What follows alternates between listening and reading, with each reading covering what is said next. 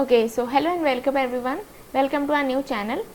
So in this channel we have started with a series of inorganic, and inorganic की series को start करने का the main reason is because inorganic is very scoring and it will be very time saving for you in exam also, and yeah, so it's very interesting. So we thought of starting with inorganic first, eventually organic, physical, ये सारी चीज़ें भी add होंगी, but first now let's start with the inorganic series, and under the inorganic series we are starting with the first chapter, which is classification of elements and the periodic table. Okay, so in this lecture we will be covering theory and some problems also. So yeah, this is the lecture number 1, and new videos will be posted every week, so make sure that you subscribe to our channel so that you don't miss any of the updates. Okay, so let's get started.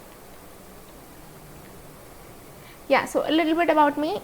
I am Sampriti Mehra. I am currently a second year undergraduate studying BS Chemistry at IIT Kharagpur.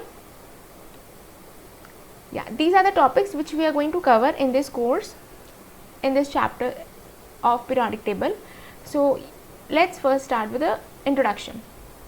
Why are we studying the periodic table? Okay, so this is a very very interesting question, like why are we actually studying periodic table? So why did classification, I mean why was there a need of classification, right?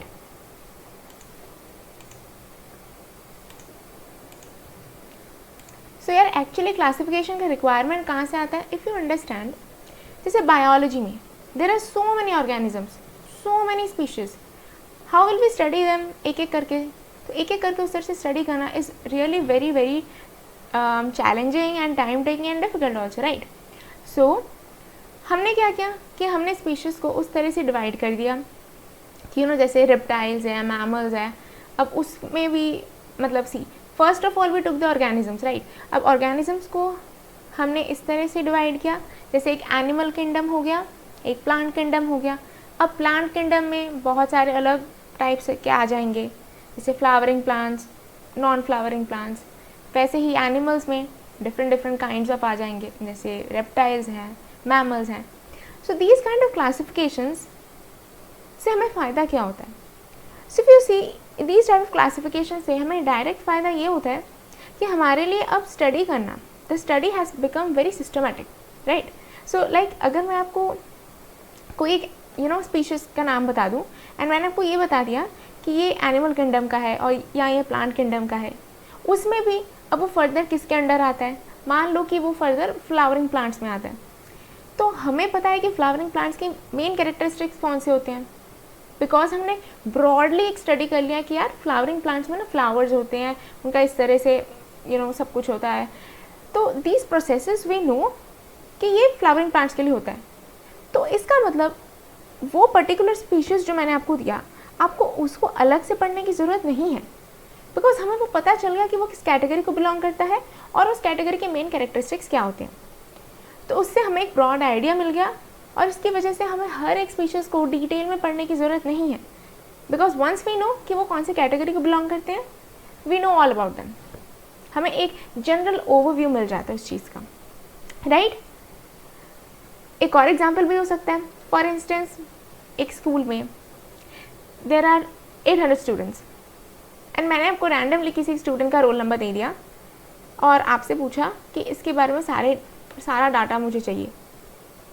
तो it will be practically very difficult कि आप 800 students में से उस बच्चे को उस तरह से roll number wise, even if its roll number wise, उसको ढूंढना प्रैक्टिकली बहुत ज़्यादा चैलेंजिंग होगा. लेट अलोन कि मैंने रोल नंबर भी नहीं दिया, चलो let's make it a bit challenging कि मैंने आपको उसको रोल नंबर भी नहीं दिया. अगर मैंने आपको उसका रोल नंबर भी नहीं दिया तो उसको तो मतलब ढूंढ पाना इट्स वेरी डिफ़िकल्ट. बट उसका बेटर मेथड क्या होता कि हमने उन बच्चों को क्लास वाइज डिवाइड कर लिया, class 1, class 2, class 3 up till 12. And अगर जैसे क्लास 1 की बात हो रही है, ये छोड़ो, क्लास 11 की बात हो रही है, because you guys are in class 11th I assume. तो क्लास 11 में आपके मेन आपकी स्ट्रीम्स आ जाती है, उसमें science, arts, commerce, right, medical, non medical, वो सारी चीज़ें आ जाती है उसमें. अब हर एक बच्चे का रोल नंबर डिफरेंट होगा, उनके सब्जेक्ट्स डिफरेंट होंगे. तो मैंने अगर आपको एक रैंडमली एक बच्चे का नाम दिया और ये बता दिया कि वो क्लास 11th का है, अब आप ढूंढोगे वो यार वो कौन से कैटेगरी में बिलोंग करता है, क्या वो नॉन मेडिकल का है? अगर वो नॉन मेडिकल का है तो उसके सब्जेक्ट्स कौन से होंगे, उसका रोल नंबर का रेंज कौन सा होगा। तो इस तरह से स्टडी करना बहुत ज़्यादा सिस्टमैटिक हो गया एंड हम प्रेडिक्ट भी कर पा रहे हैं कि यार उस क्लास में और भी कोई बच्चा होगा तो उसके ये सब्जेक्ट्स होंगे and all that. So it's very easy for us to now study those things. Why? Because we have classified them. So that is the main reason कि why are we actually studying the periodic table.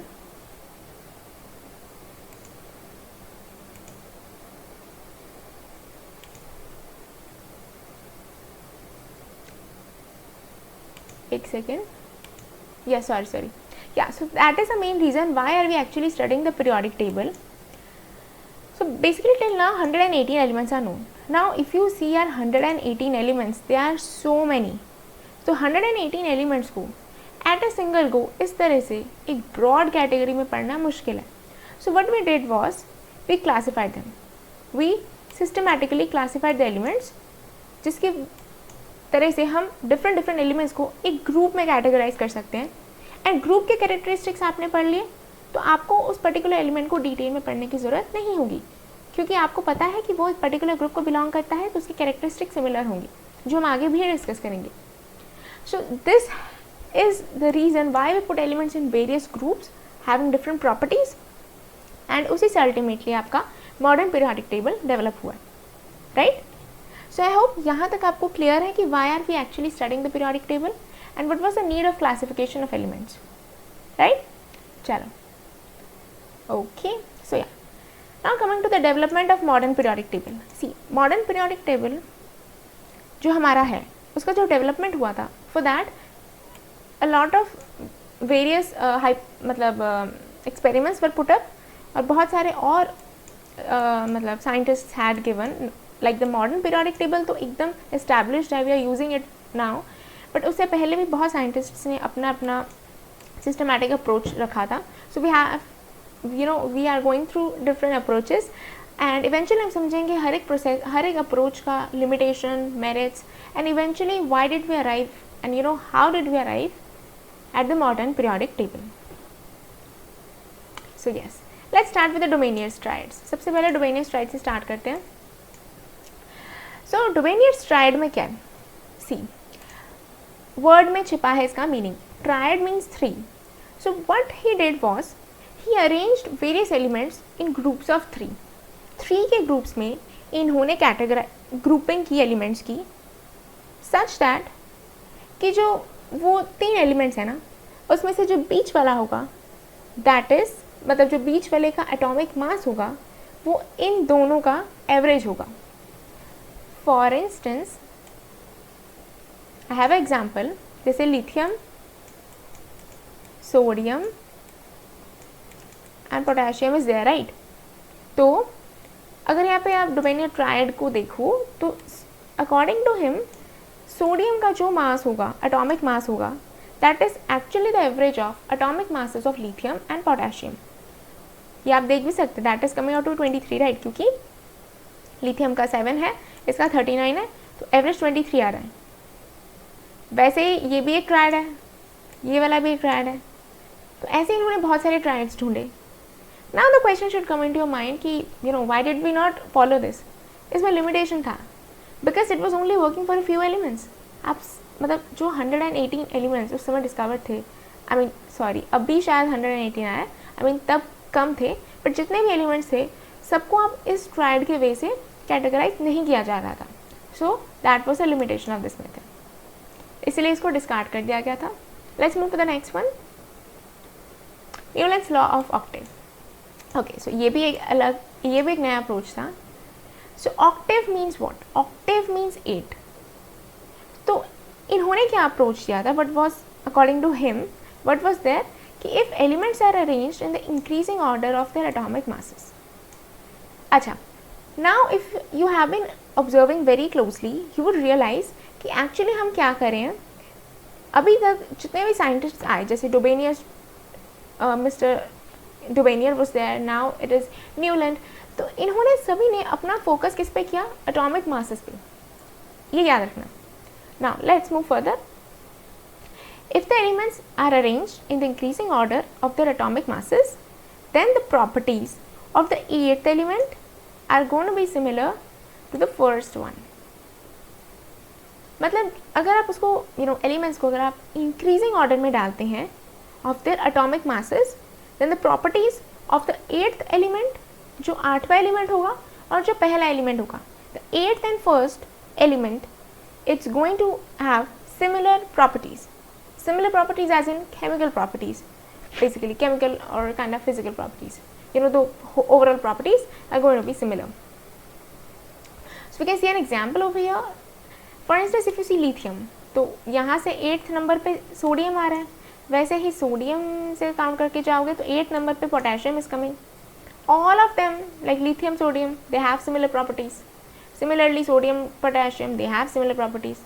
And obviously, we know that they have the similar properties. It has been seen. वैसे ही beryllium has similar properties to magnesium. अभी तक ये सब कुछ सही चल रहा है. But again the same issue. ये सिर्फ lighter elements के लिए काम कर रहा है. मतलब this whole approach was working for just a limited set of elements. It was not at all applicable to other elements, right? So that's why this was discarded. Yeah.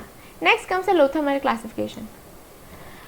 Basically, if you understand, यहाँ पे मैंने एक graph include किया हुआ है. The graph is of atomic volume versus atomic mass. Again, यहाँ पे भी इस साइंटिस्ट ने, mister लोथरमेयर, he has taken atomic mass as the thing of classification. तो अभी तक जितने साइंटिस्ट आ रहे थे, they were just focusing on atomic mass. तो अटोमिक मास के साथ में atomic volume which is in centimetre cubes versus atomic mass AMU, इसको इन्होंने प्लॉट किया था.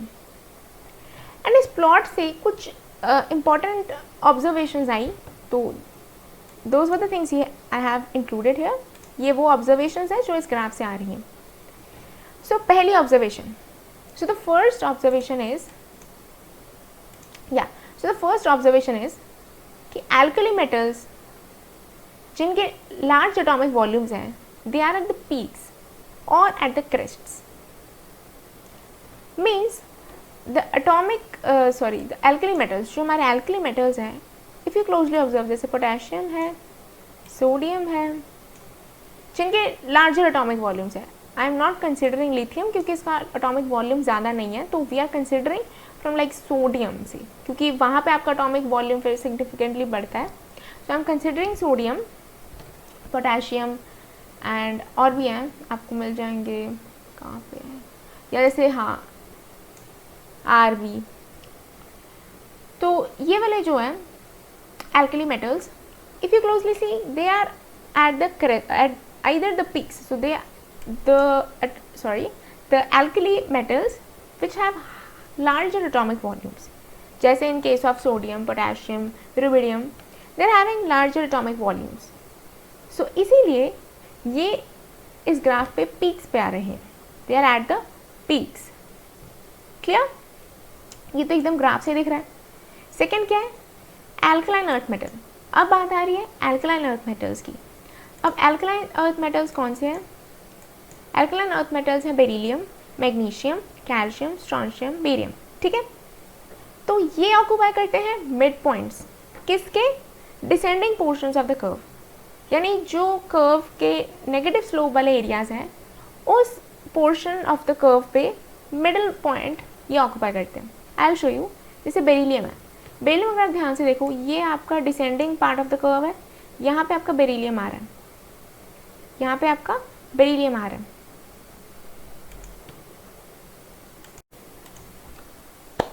या सो एल्कलाइन अर्थ मेटल्स जो आपके हैं वो ऑक्यूपाई कर रहे हैं जो ये descending part of the curve है, वहाँ पे जो मिड पोर्शन है वो,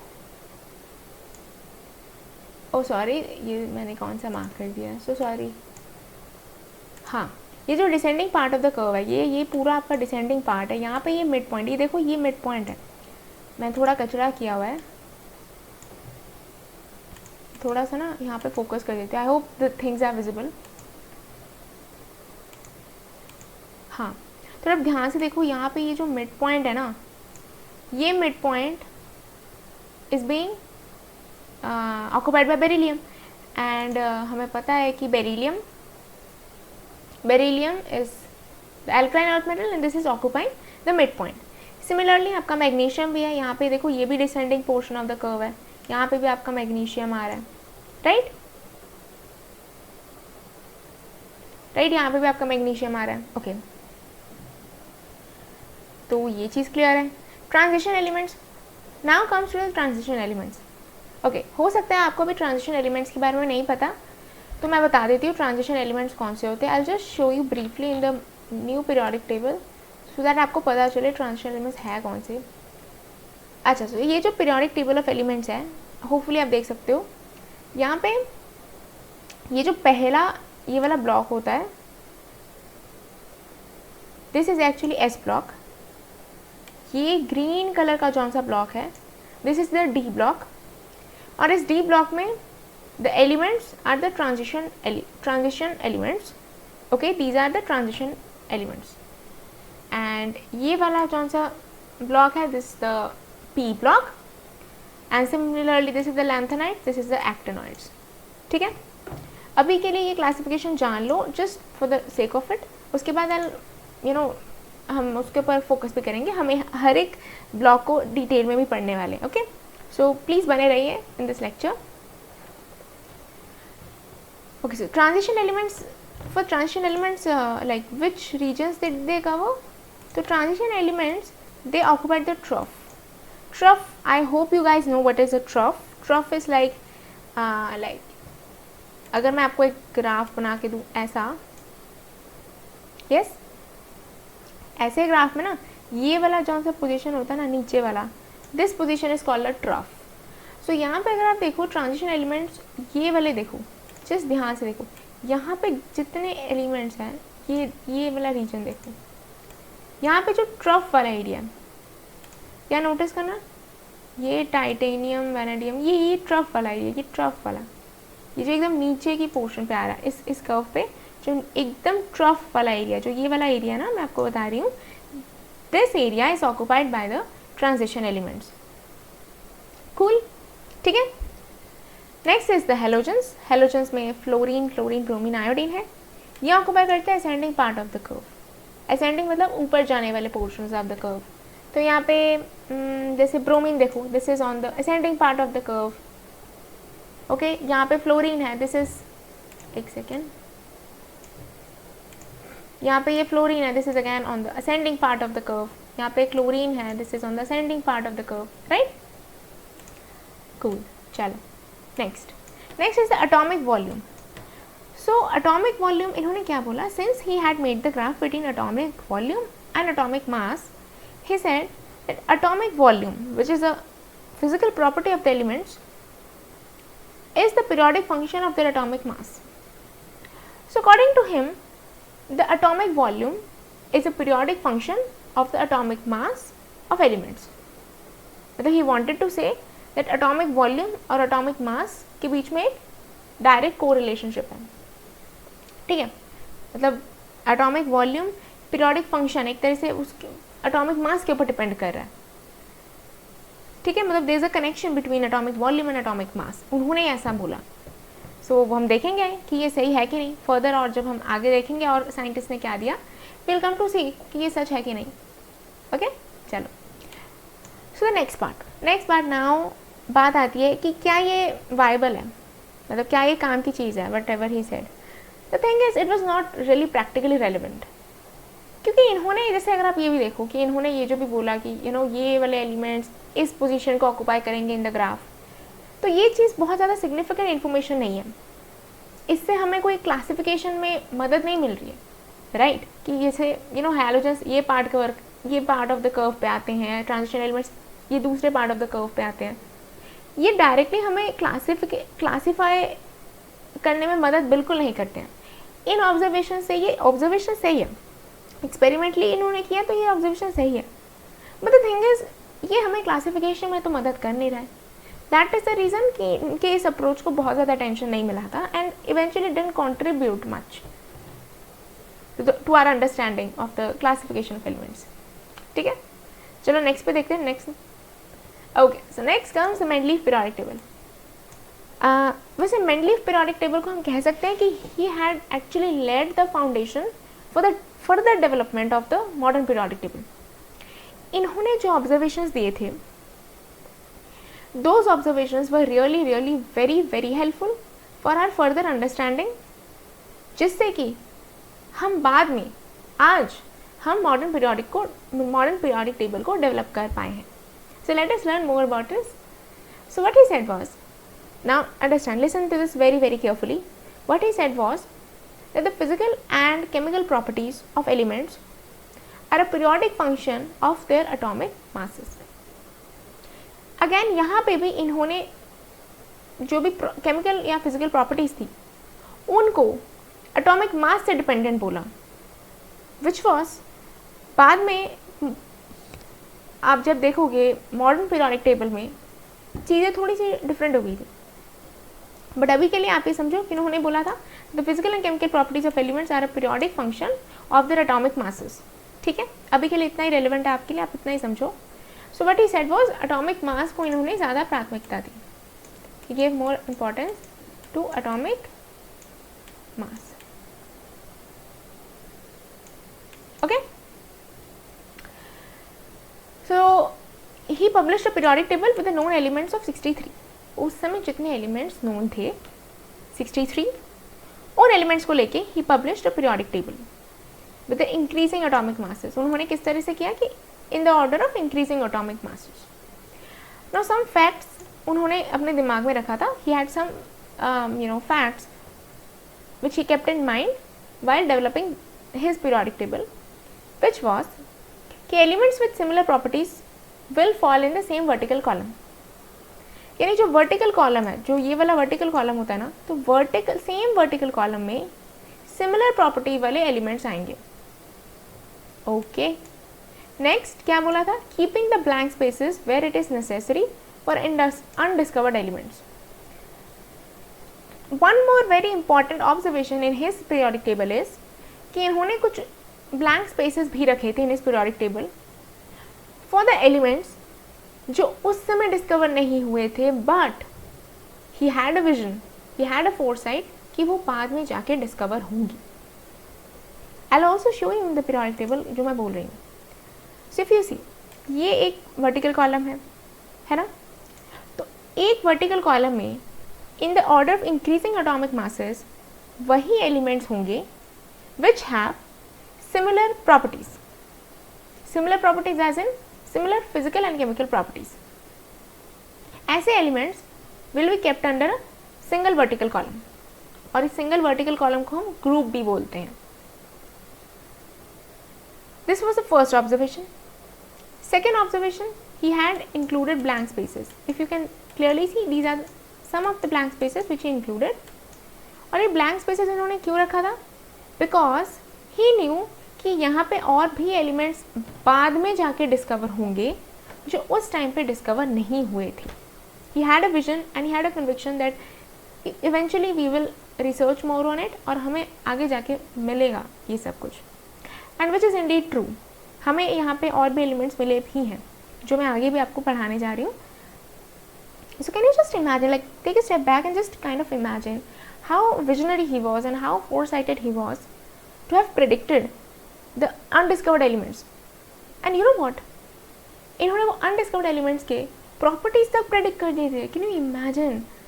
वो elements तब तो discover भी नहीं हुए थे, but इन्होंने उन undiscovered elements की properties को भी predict कर दी थी, और predict करके ही he had placed them in certain positions in the periodic table. So can you just imagine how visionary he was? Okay, हम आगे बढ़ते हैं. ओके, वन मोर थिंग, यहाँ पे अभी आप देख सकते हो there are 8 groups, right, but later on एक और ग्रुप, एक और वर्टिकल कॉलम ऐड हुआ था, that was for the zeroth group. Zeroth, एक सेकेंड, उसको जीरो ग्रुप बोलते हैं. This is one more group which is for the zero group. अगर आप यहाँ ध्यान से देखो, इन्होंने इनर्ट गैसेस यानी जैसे हीलियम, नियॉन, आर्गन, क्रिप्टन, ये सब कुछ कहीं पे भी इंक्लूड नहीं किया था. तब उस समय आई गेस इनर्ट गैसेस के बारे में उतना कुछ पता नहीं था, डिस्कवरी नहीं हुई थी। इवेंचुअली जब डिस्कवरी हुआ था तो उसको एक नया कॉलम में रखा गया था, एंड बाद में the number of groups increased to 9। इसको हालांकि 0 ग्रुप बोलते हैं। Okay, so later it was modified after the discovery of inert gases and several other elements. Yes, modification जैसे मैंने आपको बताया वो सब कुछ हुआ था। Okay, so now the table was divided into 9 vertical columns. मैंने आपको भी दिखाया कि यहाँ पे 8 है, but एक और 9 था for the inert gases. ठीक है? And there are 7 periods. So 1, 2, 3, 4, 5, 6 and 7. So 7 horizontal row थे. So the horizontal rows are called periods, and the groups were numbered as 1, 2, 3, 4, 5, 6, 7, 8 and 0 group, and the periods were 1 to 7. Cool? Yes? So till now I hope अभी तक आपको सब कुछ clear है। अगर clear है तो please like the video so that it keeps me motivated to make such videos as well in future. Okay. सो अभी आते हैं merits of the Mendeleev's periodic table. तो अभी तक तो हमने सब कुछ डिस्कस कर लिया कि इनके पीरियोडिक टेबल में क्या सब था। So now let's discuss about the merits in इस periodic table. First of all तो इनके क्लासिफिकेशन में अभी तक हमने जितने भी क्लासिफिकेशंस पढ़े हैं, whatever classifications till now I have shown you must have seen that they were not really systematic, और they were not really very, you can say वो बहुत ज़्यादा सिस्टमैटिक नहीं थे, and they were not so great that they would simplify, मतलब what I mean to say is Mendeleev के periodic table को अगर आप देखो, it was very systematic and very easy for us, very simplified version. It was very simple and easy to understand for us, right? But इससे पहले जो भी हमने पढ़ा, those were not at all very simplified and they were not also applicable to all elements. Also उनमें further modifications भी नहीं की जा पा रही थी। Also they were not very versatile कि हम उसको हर जगह अप्लाई कर लें। But if you see Mendeleev's periodic table, it was very systematic and it simplified the study of elements and their compounds as well. Also जैसे मैंने आपको वो ब्लैंक स्पेसेस के बारे में बताया, सो उन ब्लैंक स्पेसेस से हमें एक आइडिया मिल गया कि फ्यूचर में जो एलिमेंट्स डिस्कवर होने वाले हैं उनके प्रॉपर्टीज़ हम किस तरह के एक्सपेक्ट कर सकते हैं। So that really helped us also कि बाद में क्रॉस वेरीफाई करने में भी। तो ये 2 चीज़ें आपको क्लियर होगी। नेक्स्ट इज यस ऑफकोर्स ये थर्ड में मैंने आपको एक्सप्लेन कर दिया। अब आते हैं कि कौन से वो एलिमेंट्स थे जो एक्चुअली उस ब्लैंक स्पेसेस में डिस्कवर हुए थे। सो the first element was, and yes इन्होंने सिर्फ ये ब्लैंक स्पेसेस छोड़े नहीं थे, इन्होंने इन एलिमेंट्स के कुछ नाम भी दिए थे कि मतलब ये जो अनडिस्कवर्ड एलिमेंट्स थे ये बाद में जब आएंगे, मतलब when they will be discovered, तो इनको क्या बोला जाएगा। फॉर इंस्टेंस ये जो पोजीशन है एल्यूमिनियम के बाद हमें पता है गैलियम आता है, तो इन्होंने इसको नाम दिया था एका एल्यूमिनियम, जो अब हमें पता चला विच इज गैलियम। वैसे ही सिलिकॉन के बाद में जब वो डिस्कवर नहीं हुआ था, सिलिकॉन के बाद ये अगर आप देखो ना टाइटेनियम एंड देन जर्मेनियम आता है, तो eka silicon was a name given for germanium जो उस समय डिस्कवर नहीं हुआ था। And you know what the interesting fact is later it was found that predicted and experimentally जो उनकी प्रॉपर्टीज थी दे वर एक्सट्रीमली और almost similar. So that is the beauty of the whole concept of Mendeleev's periodic table.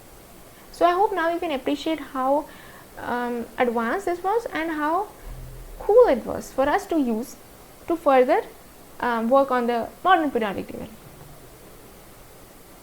So चलो अब ये हो गया है, तो now let's understand further. One more concept in his मतलब one more modification I should say which was done in Mendeleev's periodic table was rectification of atomic weights. Now why was it the case, मतलब rectification की ज़रूरत क्यों पड़ी थी? Because at some places ना valency को उन्होंने थोड़ा सा गलत कंसिडर कर लिया था, जिसकी वजह से फर्दर कैलकुलेशन में थोड़ी सी डिस्क्रिपेंसीज आ गई थी एटॉमिक वेट्स में। I will show you. जैसे एग्जांपल अगर आप ले एटॉमिक वेट ऑफ बेरिलियम, तो इसको 3 × 4.5 लिया गया था जो 13.5 देता है। हालांकि ये सही नहीं है क्योंकि उस समय इसका वैलेंसी को हमने 3 कंसिडर किया था, बट अब हमें पता है वैलेंसी 2 है, right, according to the group number. तो इसकी वजह से स्लाइड डिस्क्रिपेंसी आ गई थी and we had eventually rectified atomic weight. ठीक है, so this was actually helpful कि we were also able to include the rectifications. हम उनके टेबल से, उन्होंने अच्छा टेबल दिया है but there were a lot to be rectified, और वो रेक्टिफिकेशंस हमने बाद में की भी थी. ओके हाँ, तो जैसे आई वाज सेइंग कि जो प्रेडिक्टेड एलिमेंट्स, जो एलिमेंट्स उन्होंने प्रेडिक्ट किए थे और जो एलिमेंट्स हमें मिले थे, उनमें they were very very similar.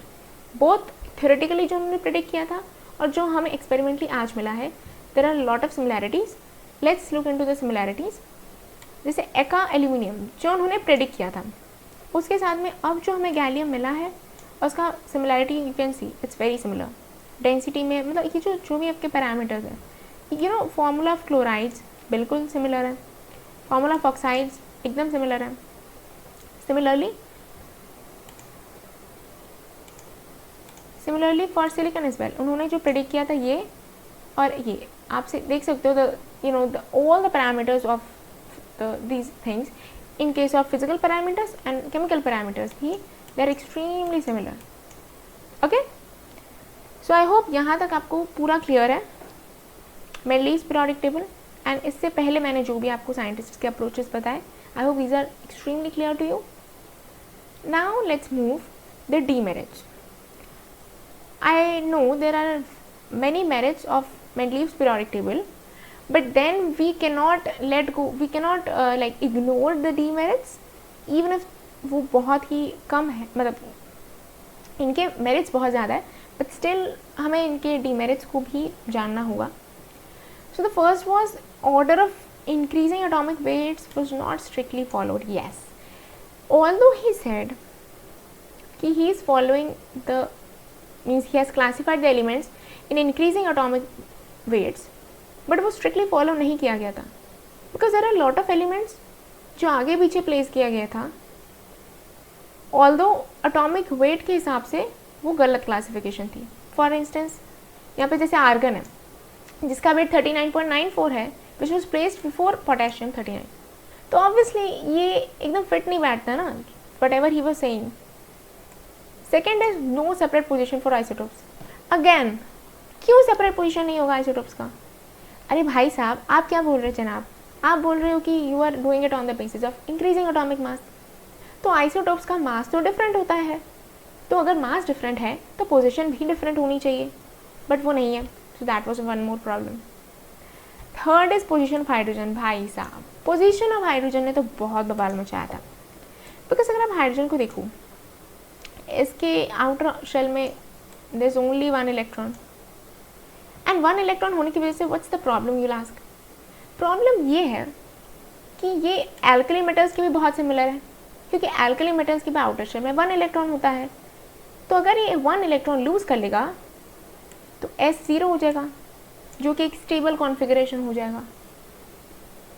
तो ये एल्कली मेटल्स की सिमिलर हो रहा है. सिमिलरली हम ऐसा भी तो कह सकते हैं कि अगर एक और इलेक्ट्रॉन ये ले लेगा, अगर इसे एक और इलेक्ट्रॉन ले लिया तो ये S2 हो जाएगा, जो कि इनर्ट गैस कॉन्फ़िगरेशन ले लेगा.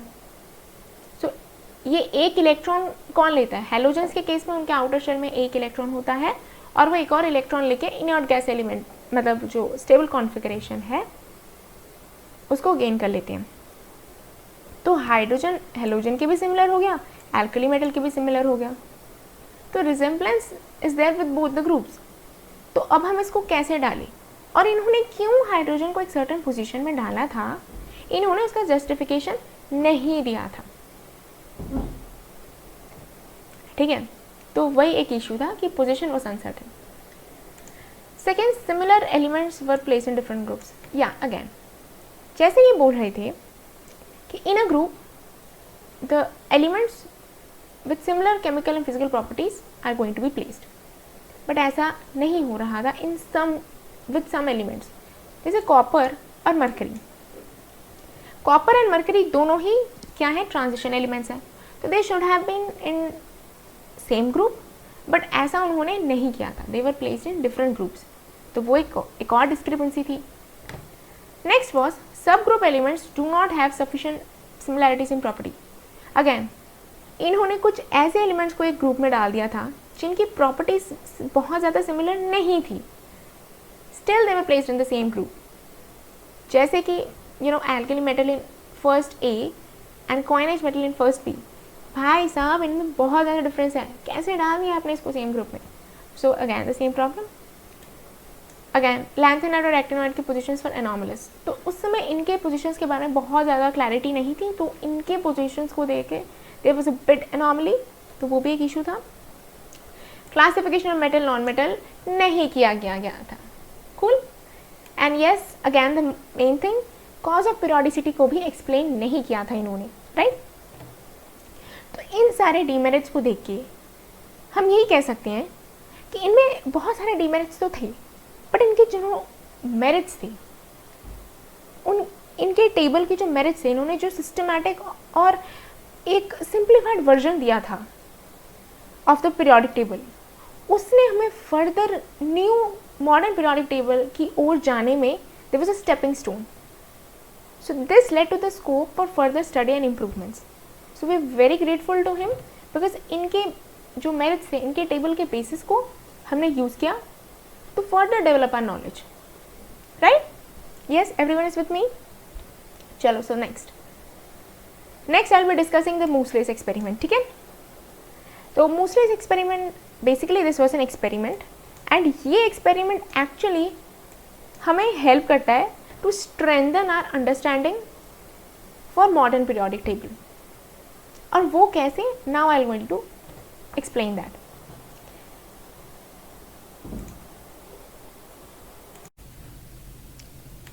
सो या जैसे कि हम डिस्कस कर रहे थे मोस्लेस एक्सपेरिमेंट के बारे में.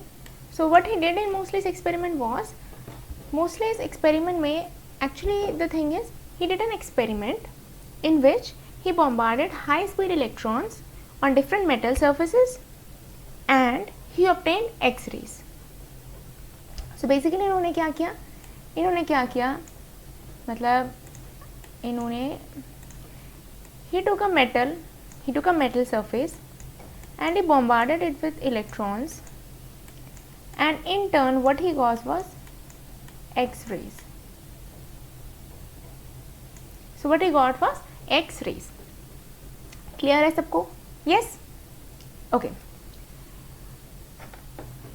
So like this was the experiment what he did, that he took metal surfaces and he bombarded them with high speed electrons on different metal surfaces, and from that he obtained X-rays, और उसको he transformed that in he captured that data which he obtained in form of a graph. So this is the graph you can see, which is square root of frequency of what? Of the X-rays he obtained versus atomic number. Okay, तो ये उन्होंने experiment किया और इसको उन्होंने graphically capture किया. And his law is, इन्होंने एक लॉ भी दिया. So Moseley's law basically describes the relationship between atomic number and the frequency of a spectral line of characteristic X-rays. यहाँ पे आपके दिमाग में क्वेश्चन आ सकता है कि what is meant by the characteristic X-rays. So characteristic X-rays basically आपकी जो एक्स-रेज होती है ना, वो दो तरह की एक्स-रेज होती है. I hope you learn about X-rays in more detail in nuclear physics in class 12th. there is a chapter of radioactivity, तो वहाँ पे आपका एक पोर्शन आता है एक्स-रेज के रिगार्डिंग. तो वहाँ पे टू काइंड ऑफ एक्स-रेज होते हैं basically. One of them is characteristic X-rays, जहाँ पे आपकी characteristic according to a particular metal उसका जो कैरेक्टरिस्टिक होता है उस पर्टिकुलर पॉइंट्स पे पीक्स आते हैं ग्राफ में, तो वो होते हैं basically characteristic X-rays. I am not going to go there, but मैं आपको जस्ट एक आइडिया दे रही हूँ, just for an idea, understand this.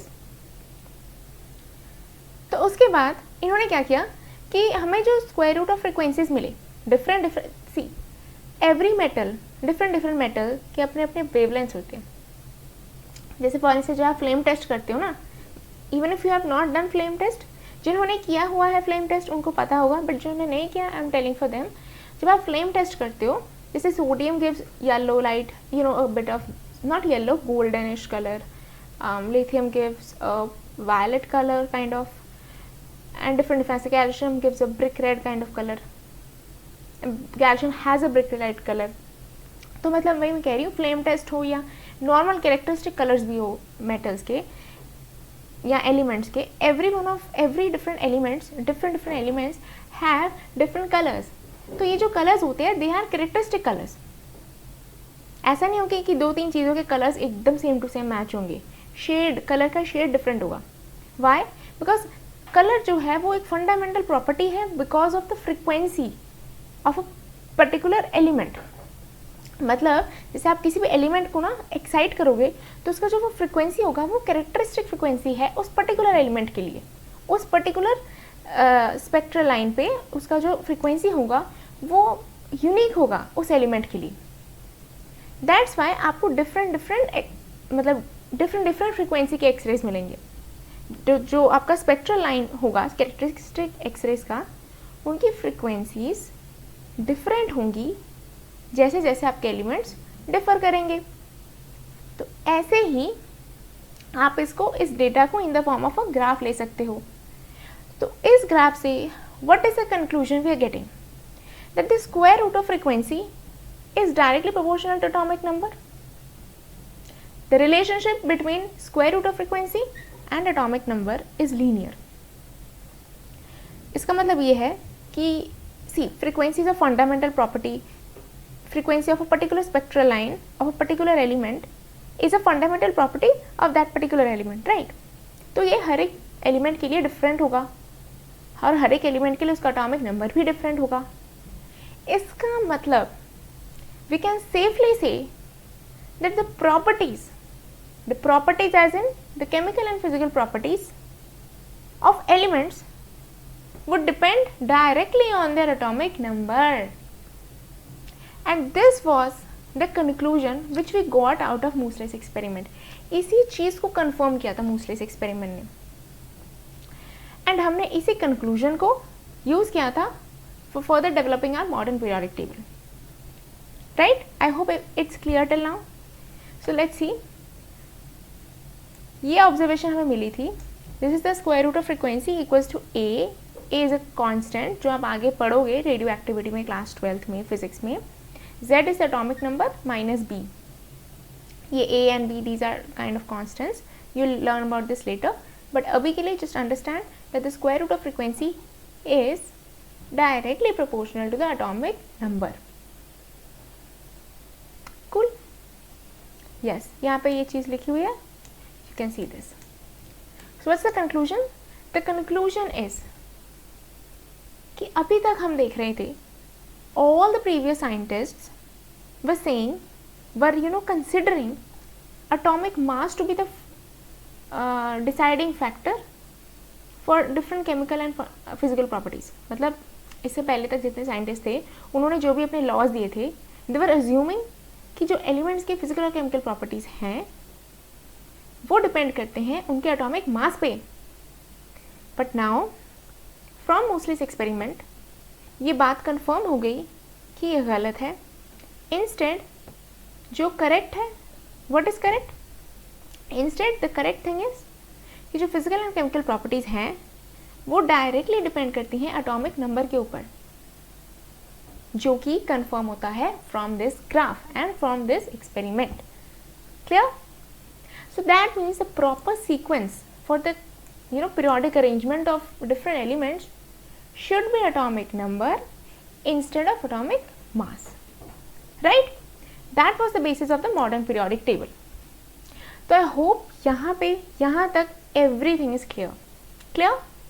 So if things are clear, let's move to the modern periodic table. Yes. So now comes the modern periodic table.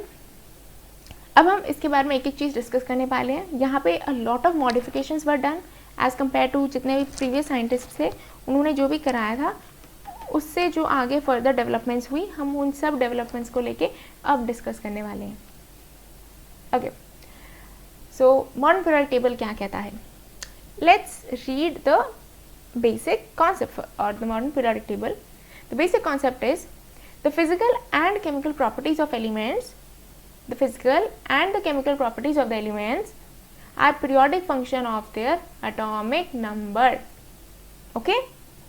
So, the elements are arranged in order of increasing atomic number and the elements having similar chemical properties, similar properties मतलब physical chemical both properties, they come after regular intervals. Yes, this is important line. इसका क्या मतलब हुआ ये मैं आपको समझाऊंगी. Now सबसे पहले आपको ये क्लियर हो गया कि जो फिजिकल एंड केमिकल प्रॉपर्टीज हैं एलिमेंट्स की, they are a periodic function of atomic number. मतलब ये जो है डिपेंड डायरेक्टली करती हैं एटॉमिक नंबर के ऊपर. तो यहाँ तक ये चीज़ तो बहुत क्लियर है. नेक्स्ट चीज़ क्या आता है, periodicity. I mean the next line is elements having similar properties come after regular intervals. इसका क्या मतलब हुआ कि सिमिलर प्रॉपर्टीज वाले एलिमेंट्स रेगुलर इंटरवल के बाद आएंगे. This is what is called the periodicity. ये जो लाइन लिखी है ना, दिस इज द पीरियोडिसिटी. अब देखते पीरियोडिसिटी क्या होता है. पीरियोडिसिटी मैं आपको समझाती हूँ.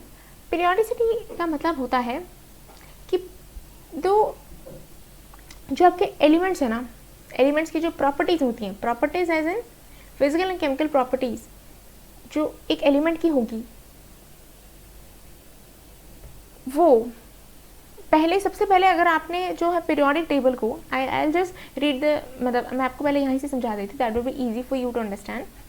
The repetition of the properties of elements, the repetition of the properties of elements after regular interval when they are arranged in order of increasing atomic number is called periodicity.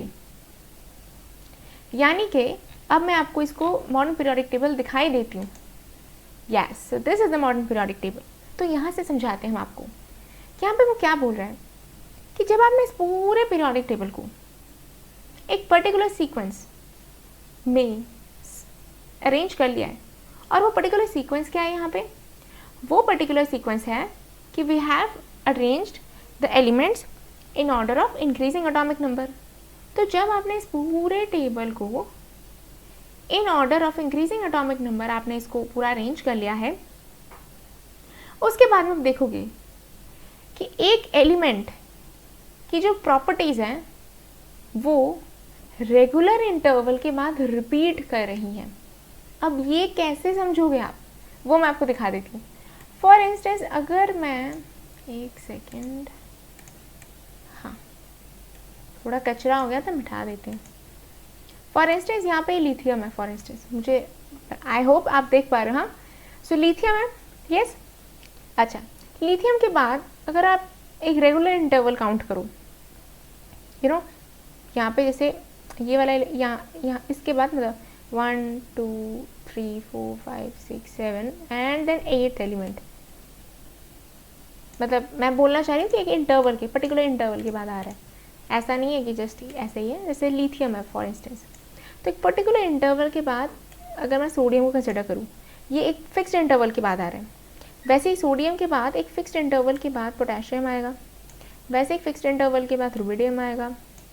You know, इन सब की properties फिर similar होनी चाहिए, and it is repeating. आप देख सकते हैं सारे एल्कली मेटल्स हैं. लिथियम के बाद जो सोडियम है वो एक पर्टिकुलर इंटरवल के बाद आता है, वैसे सोडियम के बाद पोटेशियम एक पर्टिकुलर इंटरवल के बाद आता है, पोटेशियम के बाद रुबिडियम एक पर्टिकुलर इंटरवल के बाद आता है.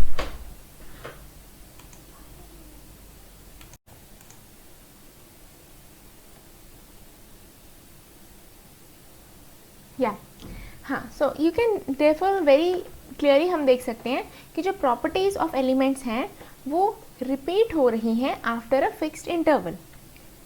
जैसे यहाँ पे अगर आप इन चारों को देखो, they are repeating. Like lithium के बाद जो सोडियम आ रहा है, तो लिथियम और सोडियम की प्रॉपर्टीज काफ़ी हद तक सिमिलर है. Why? Because they are from the same group, और सेम ग्रुप की सेम प्रॉपर्टीज होती हैं. और वैसे भी एल्कली मेटल्स हैं, alkali metals have similar properties. Why? Because they belong to the same group. चल रहा है.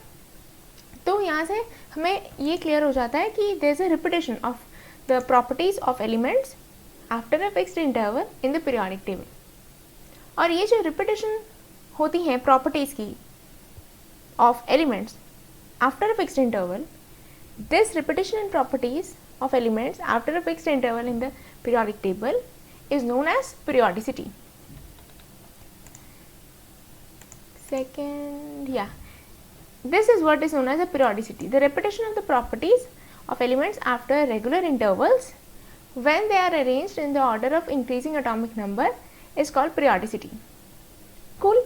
So this concept is clear.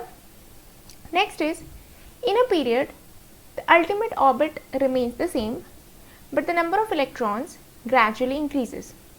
So as this is again a very important concept, and again in the group what happens is number of electrons in the ultimate orbit. Okay, so यहाँ पे आपको एक question आ सकता है obviously कि ultimate orbit क्या है. Ultimate orbit is actually they are talking of the outermost shell और valence shell. So number of electrons in the valence shell remains the same but the value of n increases. यहाँ पे n is the period number or the principal quantum number. I'll explain you this. Okay. तो यहाँ पे वो क्या बोल रहे हैं? They are telling that when we are moving in the same period. Period मतलब horizontal row, मतलब ये एक period है. So in a period when we grow from left to right, जब हम left to right in a period जाते हैं तो जो आपका n होता है, n का वैल्यू होता है, the value of n is the principal quantum number or the shell number, that remains the same. जो वैलेंस शेल का जो नंबर होता है, फॉर इंस्टेंस अब मैं बोलूँ इसके लिए वैलेंस शेल जो है इसका k है, तो वो थ्रू आउट सेम रहेगा in the same period. But जैसे जैसे हम लेफ्ट टू राइट जाते हैं the number of electron keep on getting increased in the same valence shell. Clear? Okay. So now what happens for the group is, group होता है vertical column जो होता है. जैसे हम टॉप टू बॉटम जाते हैं, आप देख सकते हो जब हम टॉप टू बॉटम जा रहे हैं हम बहुत सारे पीरियड्स को क्रॉस कर रहे हैं और हर एक पीरियड में n की वैल्यू सेम होती है. इसका मतलब जब हम इतने सारे पीरियड्स को क्रॉस कर रहे हैं उसमें n की वैल्यूज इंक्रीज होती जा रही है, मतलब एक एक करके शेल ऐड होते जा रहे हैं जैसे जैसे हम नीचे जा रहे हैं. एक एक करके जो आपके शेल्स हैं, एक एक करके आपके शेल्स ऐड होते जा रहे हैं जैसे जैसे हम नीचे जा रहे हैं. क्लियर है? बट जो आपका ये वैलेंस शेल है, जो आपको वैलेंस आउटर शेल है ना, उसमें number of electrons is the same. मतलब जो वैलेंस इलेक्ट्रॉन्स हैं वो सेम रहेंगे through out the group, but n की वैल्यू चेंज होगी ऑब्वियसली बिकॉज इतने सारे पीरियड्स क्रॉस कर रहे हैं और हर पीरियड में the n is same. I mean for different period the value of n is different. तो कितने सारे n डिफरेंट शेल्स को क्रॉस करके आ रहे हैं, बट जो वैलेंस शेल में नंबर ऑफ इलेक्ट्रॉन्स होंगे वो होंगे सेम. क्लियर है? यस? ओके. सो यहाँ तक ये पूरी चीज़ क्लियर हो चुकी है हमें. Now comes to the point कि रीज़न ऑफ पीरियोडिसिटी. आखिर पीरियोडिसिटी हो क्यों रहा है? I mean why are we observing periodicity? So basically periodicity होने का रीज़न, मतलब the logic behind periodicity. Why does periodicity happen actually? Because of the reoccurrence of the similar valence shell configuration after certain interval. कुछ interval के बाद आपके जो valence shell का जो कॉन्फ़िगरेशन होता है वो रिपीट होता है. फॉर इंस्टेंस यहाँ देखो, एल्कली मेटल्स का सिमिलर इलेक्ट्रॉनिक कॉन्फ़िगरेशन होता है. ये वो सेम ही चीज़ है. मैंने आपको जो दिखाया कि जैसे लिथियम के बाद जो सोडियम आ रहा है एक पर्टिकुलर इंटरवल के बाद, तो इसमें देखो इन दोनों का वैलेंस शेल कॉन्फ़िगरेशन सिमिलर होगा. कैसे? NS1 होगा. They have 1 electron in the valence shell, तो इसका इलेक्ट्रॉनिक कॉन्फ़िगरेशन हो गया सिमिलर. मतलब एक पर्टिकुलर इंटरवल के बाद आपका वैलेंस शेल कॉन्फ़िगरेशन भी रिपीट हो रहा है, जिसकी वजह से आपकी सिमिलर प्रॉपर्टीज भी रिपीट हो रही हैं after a fixed interval. This is the main reason why periodicity happens. So and they have the similar properties. So elements with similar properties occur at intervals of 2, 8, 8, 18, 18, 32. These are magic numbers. Basically क्या होता है, जैसे आपको पता है कि ये जो आपके शेल्स होते हैं, ना, अच्छा, how many of you are very clear with the concept of shells? Do you know what is meant by atomic orbits, shells and stuff like that? Are you guys familiar with it? Because if you guys are not familiar with it, I can explain that also. तो basically shell को अब हम पहले shell को समझते हैं, so that further आने वाली चीज़ें आपको बहुत ज़्यादा क्लियर हो जाए. उसके लिए मैं यहाँ पे आपको शेल समझा देती हूँ. आप सोलर सिस्टम को इमेजिन करो. ये आपका सन है, ये आपके ऑर्बिट्स हैं, ठीक है. इस ऑर्बिट में एक डिफरेंट प्लैनेट है, इस ऑर्बिट में एक डिफरेंट प्लैनेट है, इस तरह से एक और ऑर्बिट है, उसमें एक डिफरेंट प्लैनेट है. तो ये बेसिकली आपका सोलर सिस्टम है. सोलर सिस्टम के एकदम सेंटर में क्या होता है? सन होता है. उसके चारों तरफ डिफरेंट ऑर्बिट्स होते हैं. डिफरेंट ऑर्बिट में आपके डिफरेंट प्लैनेट्स होते हैं, और हर प्लैनेट का सन से लेवल ऑफ अट्रैक्शन डिफरेंट होता है. ऑब्वियसली बिकॉज जो पास होगा सन के वो ज़्यादा अट्रैक्शन फेस करेगा, एज कंपेयर टू जो दूर होगा वो लेस अट्रैक्शन फेस करेगा फ्रॉम द सन. तो ये जो सारा चल रहा है, the planets, particular planets are revolving in the particular orbit according to the arrangement in the solar system, right? ऐसे ही हो रहा है ना. The same analogy can be given for atomic. एक atomic level पे भी ये similar ही होता है. आप atomic level पे इसको similar कैसे मान सकते हो? atomic level पे होता है आपका, या atomic level पे होता है आपका न्यूक्लियस. एटॉमिक लेवल पे होता है आपका न्यूक्लियस, उसके चारों तरफ ये होते हैं ऑर्बिट्स. हर ऑर्बिट में होते हैं इलेक्ट्रॉन्स, हर ऑर्बिट में होते हैं इलेक्ट्रॉन्स, एंड ये इलेक्ट्रॉन्स न्यूक्लियर को सेंटर मान के उसके चारों तरफ इन पर्टिकुलर वेल डिफाइंड ऑर्बिट्स में मूव करते हैं. In case of atomic model हम ऑर्बिट्स को शेल बोलते हैं, जैसे के, एल, एम, एन, इस तरह के शेल्स बोलते हैं. और हर एक शेल के नंबर ऑफ इलेक्ट्रॉन्स कितने मैक्सिमम हो सकते हैं कैपेसिटी, वो तो वेल डिफाइंड है. जैसे कि आपको पता है के में 2 इलेक्ट्रॉन होंगे, एल में 8 इलेक्ट्रॉन होंगे, एम में 8 इलेक्ट्रॉन होंगे. इस तरह से ये पूरी तरह से वेल डिफाइंड होते हैं. So now you can see there is a connection, slight connection, कुछ तो आपके दिमाग में बाहर है, राइट? अब हम let's go back to the solar system model. Solar system के केस में वो जो ऑर्बिट्स है ना, वो ऑर्बिट्स एक्चुअली शेल है in case of atomic system. Clear? और सन की जगह आप न्यूक्लियस मान लो इन एटॉमिक सिस्टम, और प्लैनेट्स की जगह आप इलेक्ट्रॉन्स मान लो. क्लियर है यार? क्लियर है बॉस? बस एटॉमिक सिस्टम में क्या होता है कि हर एक शेल में कितने मैक्सिमम इलेक्ट्रॉन्स होंगे ये डिफाइंड है. कि जैसे के शेल है, या मतलब के ऑर्बिट है, तो उसमें 2 इलेक्ट्रॉन होंगे, एल में 8, एम में 8. तो इस तरह से ये पूरी चीज़ें डिफाइंड है. So I hope now it's clear. तो one pro tip would be कि इस चैप्टर में, थ्रू आउट दिस चैप्टर, आपको जब भी विजुअलाइज करना हो कि न्यूक्लियर अट्रैक्शंस किस तरह से काम करें, how the how electrons are interacting with the different kind of forces inside the atom, जब भी आपको इसको विजुअलाइज करना होता है, ऑलवेज विजुअलाइज इट कि जैसे कि सोलर सिस्टम में होता तो कैसा होता, मतलब सोलर सिस्टम में कैसे चीज़ें वर्क करती है. अगर आप इन दोनों सिस्टम्स को कोरिलेट करोगे, your life will be very much simpler. Okay, so yeah that's all for today.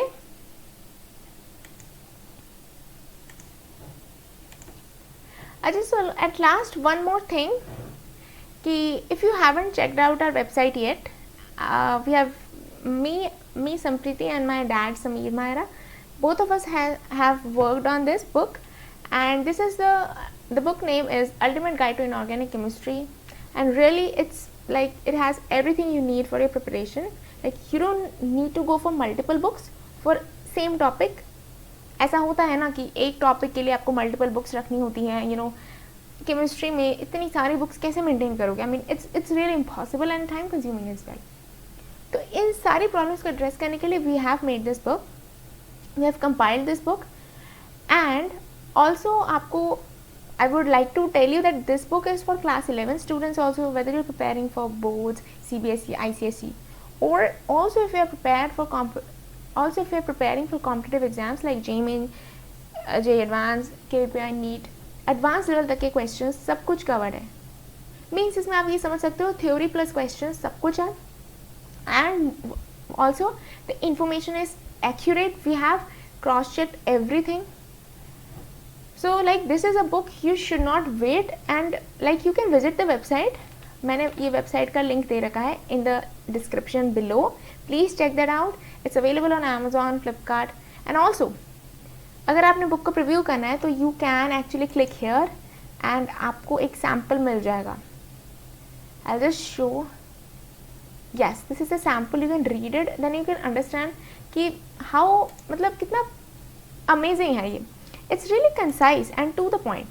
The stuff is कि you know generally books में होता है ना, इतना बड़ा story लिख देते हैं for a single concept.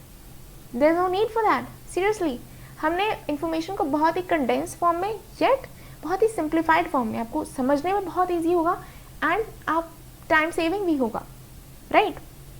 तो इन सब चीज़ों को हमने दिमाग में रख के we have compiled this book. So please buy this book. I would really encourage you to buy this book as soon as possible. Right now it's at discount, so please check that out. Okay, so thank you everyone for your time. Yes, so we'll have the lecture number 2. I'll also upload the lecture number 2. And one more thing, if you guys have any doubts, you're free to post your doubts in the comment section below.